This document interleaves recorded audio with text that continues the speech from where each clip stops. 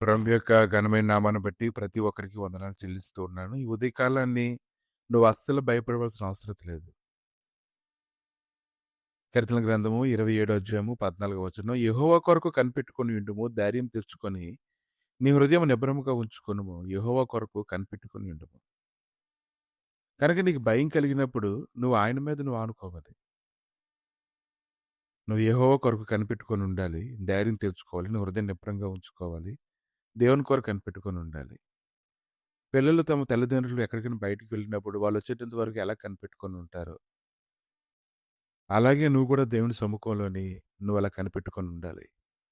ఎందుకంటే దేవుడు నీకు శక్తి, ప్రేమ, ఇంద్రియ నిగ్రహం కలిగిన ఆత్మనిచ్చాడు గానీ, పెరికితనం కలిగిన ఆత్మనైతే అతనివ్వలేదు.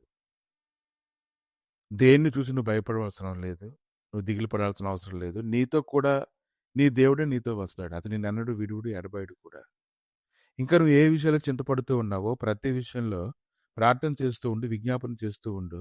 కృతజ్ఞతగా నీ విన్నపాలు దేవుడికి నువ్వు తెలియజేస్తూ ఉండు.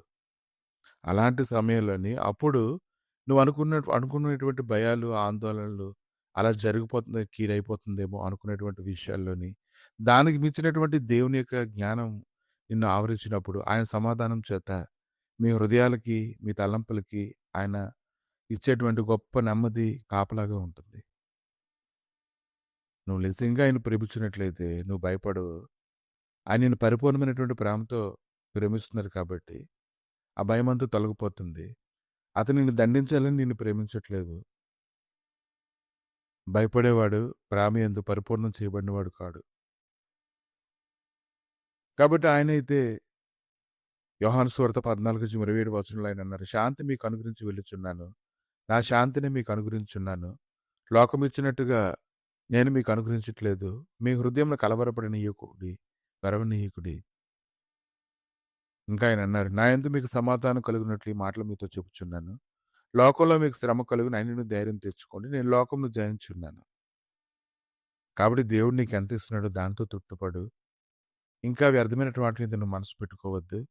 ఆయన సమృద్ధి అయినటువంటి ప్రేమను, కాపుదల భద్రతను, కృపను కుమ్మరిస్తూ ఉన్నాడు కాబట్టి, నీ చింతంతా ఆయన మీద వెయ్యి. ఎందుకంటే ఆయన గురించి చింతిస్తూ ఉన్నాడు. నువ్వు బాధపడుతుంటే ఆయన బాధపడుతూ ఉన్నాడు. నువ్వు సంతోషించాలని ఆయన కోరుకుంటూ ఉన్నాడు. ఇంకా ఆయన నీ ముందర నడుస్తూ ఉన్నాడు. నీకు తోడై ఉన్నాడు. ఆయన నిన్ను ఎన్నడూ విడువడు, ఎడబాయడు. సాతానుడు సమస్య అధికం చేస్తున్న కొద్దీ కృప కూడా అధికమవుతుందని నీ జీవితంలో తెలుసుకోగలగాలి. కనుక నువ్వు నిబ్బరం కలిగి జాగ్రత్త పడి బహుధైర్యంగా ఉండి యోషువ 1:7 చూస్తే, నా సేవకుడైన మోషే నీకు ఆజ్ఞాపించిన ధర్మశాస్త్రం అంతా చొప్పున చేయవలెను.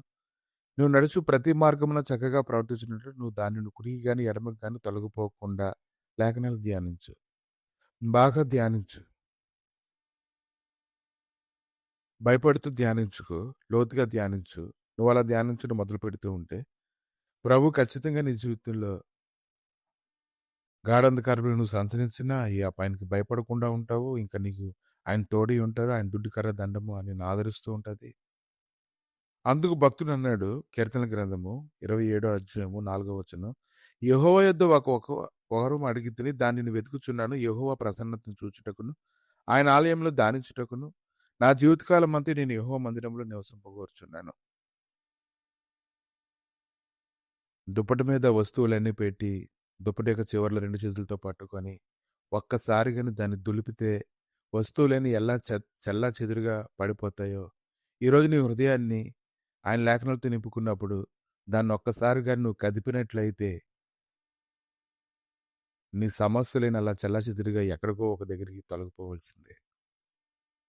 కనుక కీర్తన గ్రంథము 91 అధ్యాయము 1, 2, 3 వచనాలు చూసినప్పుడు, ఆయన చాటును దాక్కోవాలి. ఆయన నీడను విశ్రమించాలి. ఆయన ఆశ్రయంగా చేసుకోవాలి. ఆయన కోటగా ఎంచుకోవాలి. ఆయన గురించి నువ్వు గట్టిగా నువ్వు మాట్లాడాలి. నిన్ను విడువను, ఎడబాయను, నిబ్బరం కలిగి ధైర్యంగుండు. నేను నీకు తోడై ఉన్నాను అని చెప్పేటువంటి మాట ఈరోజు నీ జీవితంలో గొప్ప కార్యం చేయాలి. కాబట్టి ఈరోజు నువ్వు ఏ విషయంలో నువ్వు భయపడవలసిన అవసరం లేదు.